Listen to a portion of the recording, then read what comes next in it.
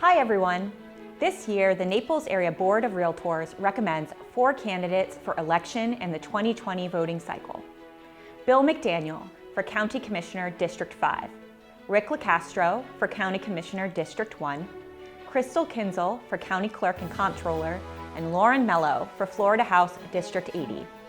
The candidates NABOR is recommending in these races were evaluated on numerous factors and selected by the 2020 Election Screening Task Force. Each task force member was trained in Florida Realtors candidate screening procedures for identifying realtor champions. The task force members selected those candidates who strongly identify with issues important to the real estate industry, the free enterprise system, real estate buyers and sellers, and the preservation of private property rights. NABOR's Governmental Issues Committee held a virtual Meet the Candidates event on July 22, 2020, where each candidate presented their platform. Here are some of the highlights from this informative event, which could help you make your voting decision. Thank you. Why are you the best person for the position that you were seeking? And tell us a little about yourself to help our members get to know you better. Well, I'm already endorsed, so I don't feel like I need to answer that. Kidding. I have 24 years of service in the United States Air Force. I retired as a full colonel. I had 16 different assignments. You can go to my website and see my resume. Everything on there has already been validated by the American Legion and the VFW, because I have one troll on Facebook that's a supporter of my opponents that, thinks I made it all up. But the jobs that I had in the military, I believe, really prepared me for city management. I have a lot of financial background. I had bases that had billions of dollars of assets and hundreds of millions of dollars of multiple budgets. I was responsible for everything from, tens of thousands of airmen to one of the senior leaders responsible for Air Force One on Andrews. And then coming here, I wasn't born in Collier County, but I grew up in St. Petersburg and I've spent a lot of time here. I may not know every street sign in Collier County and in District 1, but the reality, as Bill will tell you, the 5 county commissioners need to know more than just being in touch with the community. Trust me, I'll be at every pancake breakfast and I'll have a ton of town hall meetings, way more than my predecessor. But the reality is, can you sit in one of those 5 seats and cross-examine the $1 million attorneys that represent the developers? Can you talk eloquently with your members about real estate, about short-term vacation rentals, about permitting and construction and things that we can speak on an equal level? I've still got plenty to learn, but my day one won't be my day one. And that's the reason why a lot of citizens actually packed this dining room back in August to encourage me to run. And then one of the very next calls I made was to Commissioner McDaniel, because I really respect how he leads. And he'll tell you, we had a 3-hour breakfast and I hadn't filed for anything. But I know, I blame you, Bill. I blame you.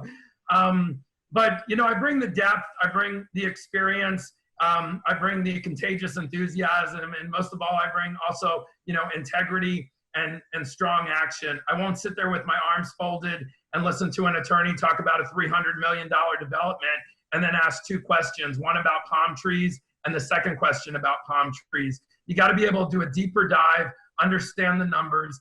All the details aren't in the executive summary. And we have an awful lot to do. In the district that I represent, District 1, there's some people that think my biggest negative is that I live on Marco Island. One of the things I tell my supporters and others, it shouldn't matter where my mail is delivered. I've got fingerprints and footprints all over District 1. And as a county commissioner, you better know a lot more than just District 1. You better know all 5 districts.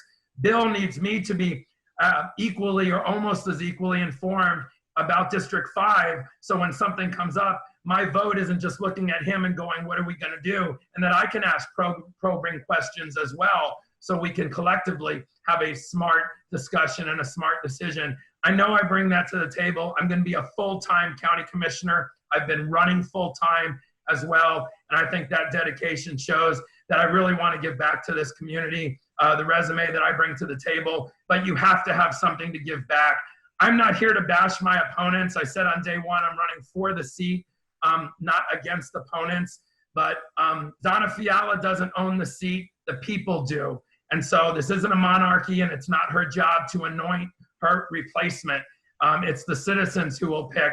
And I was very proud that you as an organization looked at our credentials and our backgrounds and whatnot and put all the other personal stuff out of it. So I know I will be a strong leader to join the other 4 commissioners. And if I didn't think so, I wouldn't have run. But I've been going full speed, and I know I will bring an awful lot to the discussion, especially some deep dive things when it comes to all the issues of a county commissioner. I mean, today the topic of the day is masks, but boy, you better know a whole heck of a lot about construction, environment, real estate, roads and grounds, runoff, water, and I've got a lot of that deep dive from my time as a base commander running a 725 square mile base at Eglin Air Force Base, and also, my time as a senior leader in healthcare, primarily here in Collier County.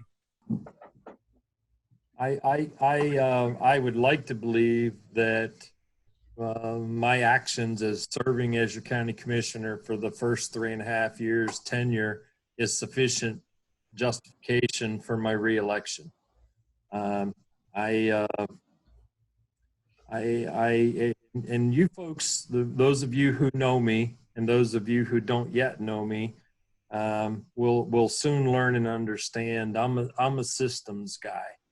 I didn't, like a lot of candidates that run for an elected position, they're mad at the incumbent or they want to fix a pothole.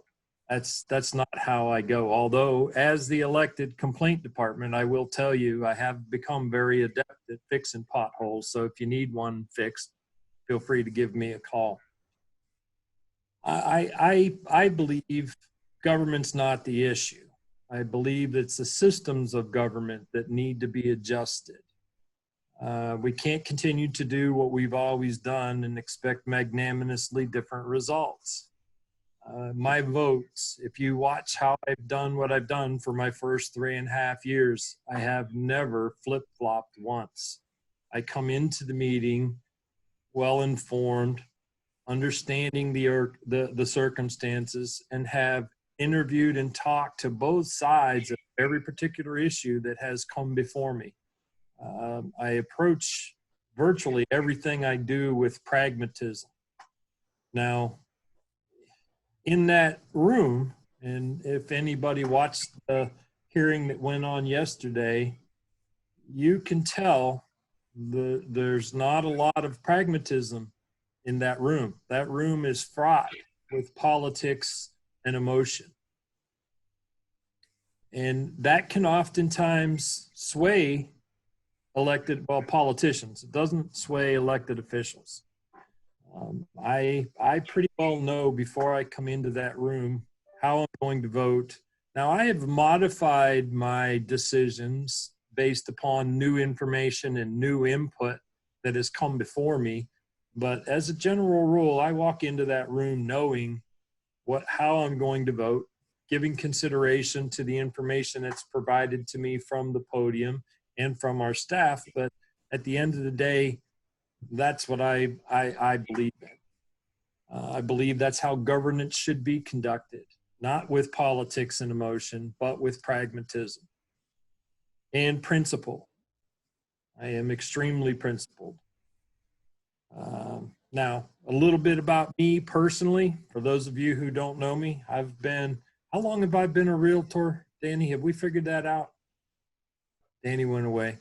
Oh, there she is. I don't know. I think I became a licensed realtor in 1984. 84, I think, is when it was. I opened my first real estate company in 1987. And I literally have closed kids. And for those of you who know, there's a difference. I literally have closed thousands of real estate transactions in our community throughout my 39-year tenure. I'm a huge, as you know, I'm a huge advocate of real property rights. I will be at the front of the pack fighting to protect those real property rights for all of our citizenry. I believe that those of you that own a home have as much value and rights of protection for those property rights for your home as the person that owns a vacant tract of land or a vacant lot. So I don't know that much about my opponents. I have three. I have one Republican contender here in the primary, and then two in the general, a Democrat and a fellow who dropped his party affiliation to save the $1,700 filing fee to oppose me as an NPA. I've only had one experience with all of them together, and the only thing I have to say is they all have a lot to learn. There's a lot more to operating a functioning government than making stuff up as you go along. And certainly the decision making by committee is an interesting task for any of you. Lauren, you're the president of our current board, and you know that sometimes, and like yesterday, sometimes you're not in the majority, and it takes a while for people to come around and hear the other side of an equation. So with that, I'm looking forward to continuing to serve. One of the things that sets me apart from my opponent, and one thing that I think is the most important, is that when you run for this position, the Naples Daily News originally called me in 2018 a reluctant candidate. I really did not consider running for office. I worked for Dwight, I worked for Don Hunter, both elected officials. I've been through campaigns. I much prefer unopposed to opposed, so I was really hoping for that this year. Not this year. But the one thing that made this decision for me is this really isn't a position that you can be elected to be elected. In other words, this is a job. The constitutional officers, and particularly the clerk, we don't make the policy that Bill has, or Rick would have. They make the decisions on what they're going to do. We have internal policies for our department, but the clerk's office and operations, we're the overseers. We're the watchdog of the Board of County Commissioners and what they do. We are the clerk of courts, so we do the same thing on the courts. We monitor the evidence, the information, all of the things that go into that. And we're the keeper of all the money and the funds. So when you mention the $2 billion budget and the diversification of Collier County, the clerk's office, we have to be intimately familiar with everything. All the constitutional office operations, because we produce the comprehensive annual financial report. So we have to know what the property appraiser does to get the money to us, what the tax collector get the money to us, and how those roll up. We're also the administrator or overseer of the Value Adjustment Board. The commissioners sit on that board, they have an attorney, but the clerk facilitates all of that. So you have to understand everything from marinas or sports parks or large contracts and bidding and how those all work, construction management at risk, real estate transactions through real property, banking, deposit, investments, finance. It is a conglomerate, and it's a huge conglomerate.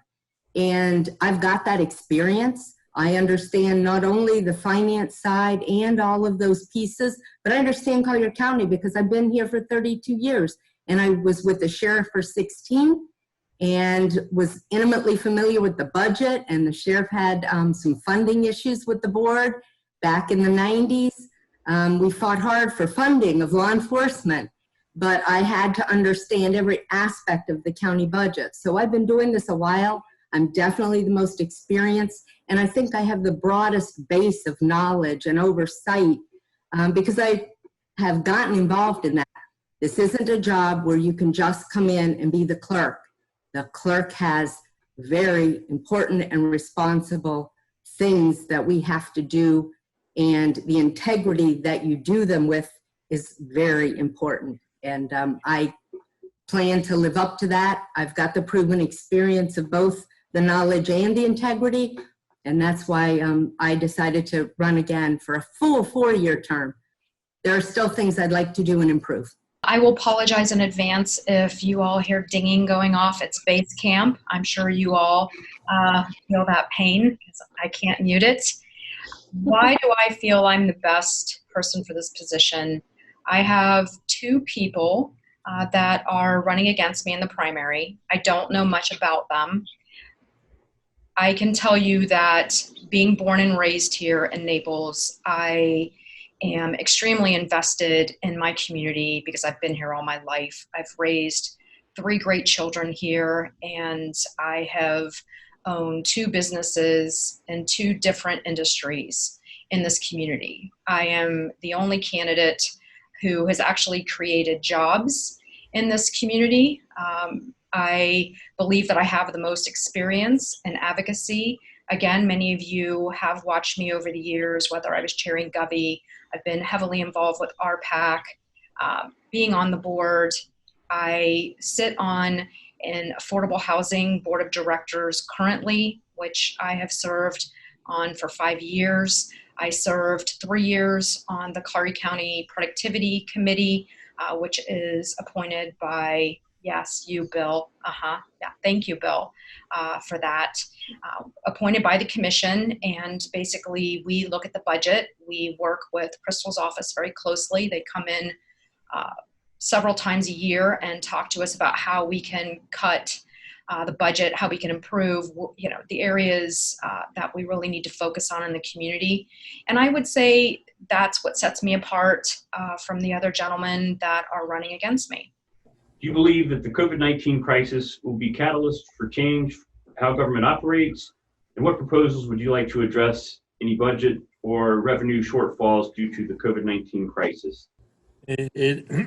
I really, you're following up right straight on the answer that I gave you to the last question. And that had to do with why I chose to run as our county commissioner. I am a systems guy. I don't think government's the issue. I think it's the systems of government that are at best dysfunctional and oftentimes completely failing, depending on the system of government you can pick. The circumstances that have evolved out of COVID are wider than I ever really believed that we could go. But I think everything happens for a reason, ultimately for the greater good, all in its own time. As we move through this process and actually learn from the circumstances that have become evident, the weaknesses in our governmental systems are becoming glaringly obvious, at least to me. I have said regularly with the circumstances that are prevalent right now, we as a society need to enhance our level of education. Education is the key to success. We can't, there again, it just, I'm going to pick on the mandate thing yesterday. You all know where I fell on that decision. But if we don't educate people on the proper way to wear a mask, we're defeating the purpose of the benefits of wearing a mask.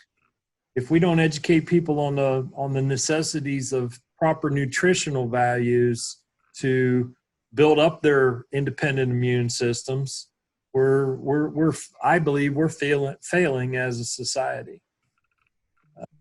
So I look to see, as we move through this process and continue to learn from this circumstance that's prevalent, I look to see some substantive policy adjustments. We, right now, I'm a father of 2. My daughter's 24, my son is 20. And I can remember when we were in the public school system, the people that would send their kids to school with things coming out of their nose and mouth that made me sick.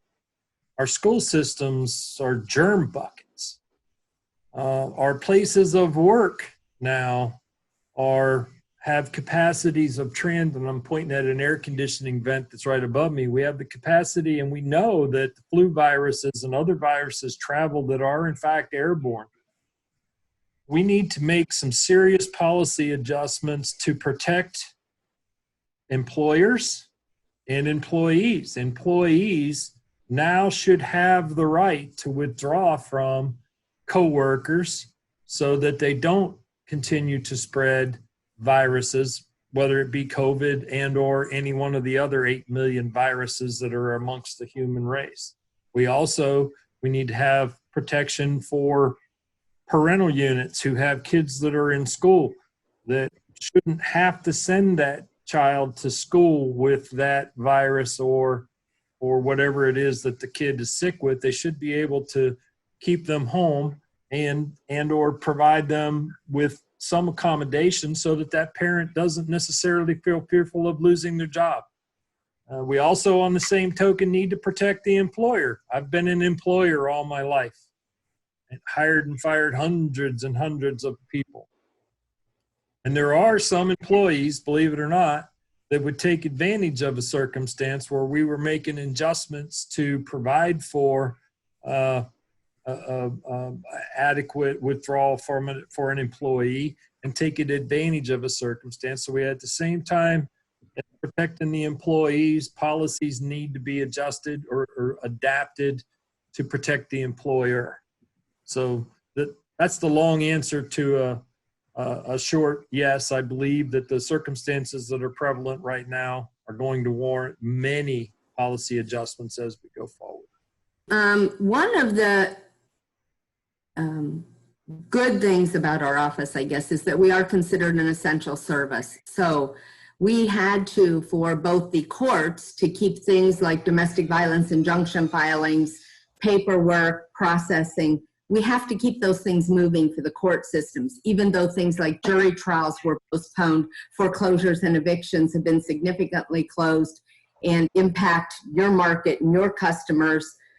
We were able to do a lot of things because we have e-filing, e-recording, and have automated those types of transactions. The more that we are able to automate and diversify our group. Back in 2008, we shut down several of the satellite operations to save money. So we brought everything into the courthouse. Well, what we learned with the pandemic or this COVID, you don't want everyone in one group. So putting them back out into the satellites not only gets them closer to the customers that they serve, save our people driving on our roadways, doing things far from home, and also putting things online so that people can do it from their homes when they have to stay here or when they have to quarantine in place. We had dealt with hurricanes, obviously, for the 30 years I've been here. Those are a whole different process of emergency responses. But COVID really brought it to the point, the distancing in a jury box. The jury box is this big, where do we go? So rethinking how we do that, getting things online that the jurors can do at home before they come in and sit in a big room. As I said earlier, we've done some of that just in the last month and a half, 2 months. So yes, we'll be doing things differently. We'll be putting more services out in the satellites that exist. I'm going to take the existing people in recording in courts, put them out there so that we can do more things remotely, so that if you do have an exposure or you do have a virus like this, if you have one that shuts down here or there, we'll still be able to do things.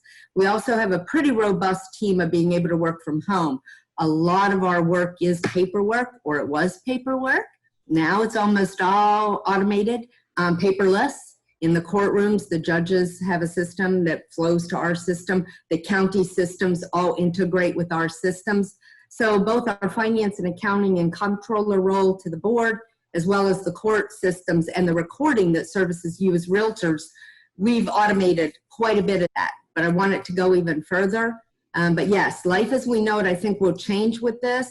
Unfortunately, we've been through other viruses and flus. I've lived through pigeon and pig flu and swine flu, or we've had all those in my lifetime. This one acted differently. Some of the reactions were different than we've seen in the past, but we'll have to deal with that. And we can't always distance all of our people if they're interacting with customers. We can give them shields and barriers, and we've done that in almost all of our offices to accommodate those kinds of things. And so I think we're on our way, but it will definitely change how we're doing things. And took a lot of restructuring to be able to get services to the people as much as we could during this time. I think we were very fortunate, knock on wood. I have not had to furlough any of our employees. They have been consistently working and paid. In Lee County, for example, she had to furlough 73 employees. That adds to the community problem, creates backlogs. So I'm very conscientious of budgeting, and we're very fortunate in Collier that because of that automation, we were able to earn some fees that'll keep us going through the end of the year. I think you all probably know that in the beginning of this year, shortly after I became president, that we had to move very quickly. And we were fortunate that we were considered essential. And our board of directors, myself, staff, all moved very quickly on making sure that we were keeping everyone busy with having classes and education online, CE online, posting videos constantly to keep you all updated as to what was happening with the board and the organization. You know, 2020 has been crazy. It seems to pivot weekly, if not daily, and you have to just be fluid with it. I don't want to speculate as to what I see 2021 looking like. I believe that we will have a lot of issues. I believe we will have budget issues. I can tell you that when I filed in February, I kind of had a vision for what I would be going into the House and how that looked for me, and it's completely changed since February. You know, now with kids going back to school, that has been a huge topic about parents that are contacting me, asking me my position on schools. I do believe it should be a choice. I believe maybe we should have a hybrid. There are kids that are terrified to go to school wearing goggles and masks. There are parents that want the ability to do virtual learning. So I think that's going to be an issue going in. You know, I think about short-term vacation rentals.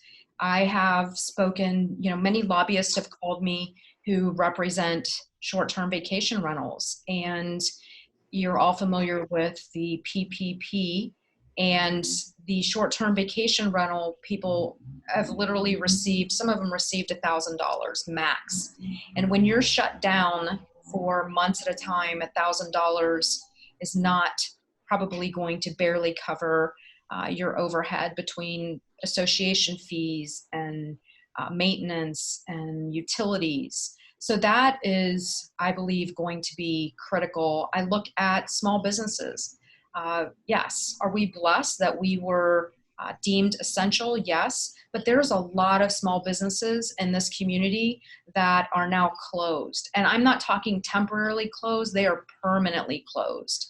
So that gives me tremendous heartburn, because I believe that everybody should have the Southwest Florida dream to put in sweat equity and their own savings and become small business owners. That's all part of the dream, right along with home ownership. And that concerns me. So yes, I do believe we are going to see a tremendous impact from COVID, and it doesn't seem to be letting up at all. So I can't really, again, speculate how much worse it will potentially be, but I know we will have problems. I saw that question on your questionnaire. Actually, the first thing I thought of was I was a commander during 9/11, and a question was, after 9/11, how did that change this country? And it changed us significantly when it comes to security and terrorism. Some of it has sort of thinned out over time, unfortunately. I mean, much like the space shuttle explosion, you know, NASA was supposed to be totally reconfigured. And yeah, some good things happened, but those were the first things that came to my mind. COVID better change us for the good, for the better. We better have learned a lot of things from this. Just like I hope we learn a lot every time a hurricane comes through here and our emergency response gets better. Some of the things that remember talking about and have been talking about them out in the community with COVID is, first of all, the reason you need 5 experienced county commissioners and not folks that just want to sort of do good things for the community is you have to be able to eloquently talk about these big business decisions, the help, opportunities. One of the things that I've done when I was a base commander at every place I was, that my predecessors I don't believe did enough, was pull business leadership, pull business organizations into the discussion. We're all in this together. You have 5 county commissioners sometimes that are up there. They all have varying backgrounds, but there literally are experts in your community. And not that you pull them in to have them tell you what to do, but you get their input. You make them part of the process on things. So right now, businesses are significantly suffering. We need to really talk to NABOR, Chamber of Commerce, many other organizations, you know, on the days when the commissioners aren't meeting, you know, I mean, there's still work to be done. I also think, and I've seen some of it, but I want to be helpful to ease some of the red tape. There's some businesses that, you know, feel like, you know, why does it take 9 months to get a permit to do something? Well, now when every dollar counts, COVID has really affected my business. I totally lost season. Some of the permits that they need for expansion or just to do some small little things, you know, they need that stuff accelerated, not overly so where we're breaking laws, but what I say is a sense of urgency. You know, I talked to Reinhold at Arthrex, and, you know, he's been upset at times over things. You know, hey, he's a big guy that brings a lot of business to Collier County, and he goes, you know, I'm not looking for them to give me a special favor, but I want a little bit of a sense of urgency. You know, it shouldn't take, you know, an exorbitant amount of time to lay a sidewalk. And right now, when every dollar counts, every support that we need to do for businesses counts, we need to be supportive of that. Not overly so, like I said, where we're, you know, doing things, you know, out of sync, out of, you know, against the law or whatever. I also, and I know Bill shares this same type of feeling, the county commissioners need to not be in a hurry to end the county commissioner meetings early or, you know, meet infrequently. I'm flabbergasted that he's really maybe one of the only supporters that thinks we should actually work the whole year and not have a summer vacation. Imagine how much we can get done, especially now that we've had all this COVID negative repercussions in the summer. You know, why should we all be on vacations up north? Collier County's not a college. It's not a high school. There's no summer vacation. We're all executives. I never shut down my base in the summer or my hospital or any of your businesses. So I think that's the time where we can meet more frequently, get more things done, make sure that we've got more activity in the community before season comes and more people get here. And this is the best time to do it post-COVID. So, you know, when the question is, you know, do you think we will have learned some things? We better. And, you know, there's quite a bit in my background that some lessons I've learned from some pretty, you know, horrific things like 9/11, but even some hurricanes that hit my bases and some big storms. This is like something we haven't seen before. You know, I'm the only opponent in my race that brings quite a bit of healthcare experience. You know, I've run several military and civilian hospitals, you know, in different parts of the country, and then here in even East Naples. I formed a very tight relationship with Paul Hiltz. His son graduated from the Air Force Academy recently, and so did I. So that's how we initially met. But I think having a relationship with him, and Bill does as well. I'm very impressed when, you know, in the county commissioner meetings when he says, hey, I just got off the phone with NCH. We need more commissioners who can do that. And I think all of that type of communication and accelerating our action to take action is what I think needs to come out of COVID, and something that I'm going to take a lot of pride in doing. But yeah, we better learn some things, and we got to really help these businesses. There's quite a few that still haven't opened up or are going to close quickly because they look at season as being the one thing to make up for all their losses in the off season. I mean, and you all have been affected as well. So, you know, we can't kick the can or just sort of talk about it, is what I would say. And, you know, I'm looking forward to being part of the solution with the other 4 commissioners and being credible and influential in those discussions. Sometimes there's a few commissioners that don't have the depth of the others, And that's where I think it takes influence to be able to not make them vote a certain way, but ask questions. And you saw it yesterday with some of the things that Bill was saying, where the other commissioners, they really didn't have a rebuttal because he was making such a strong argument.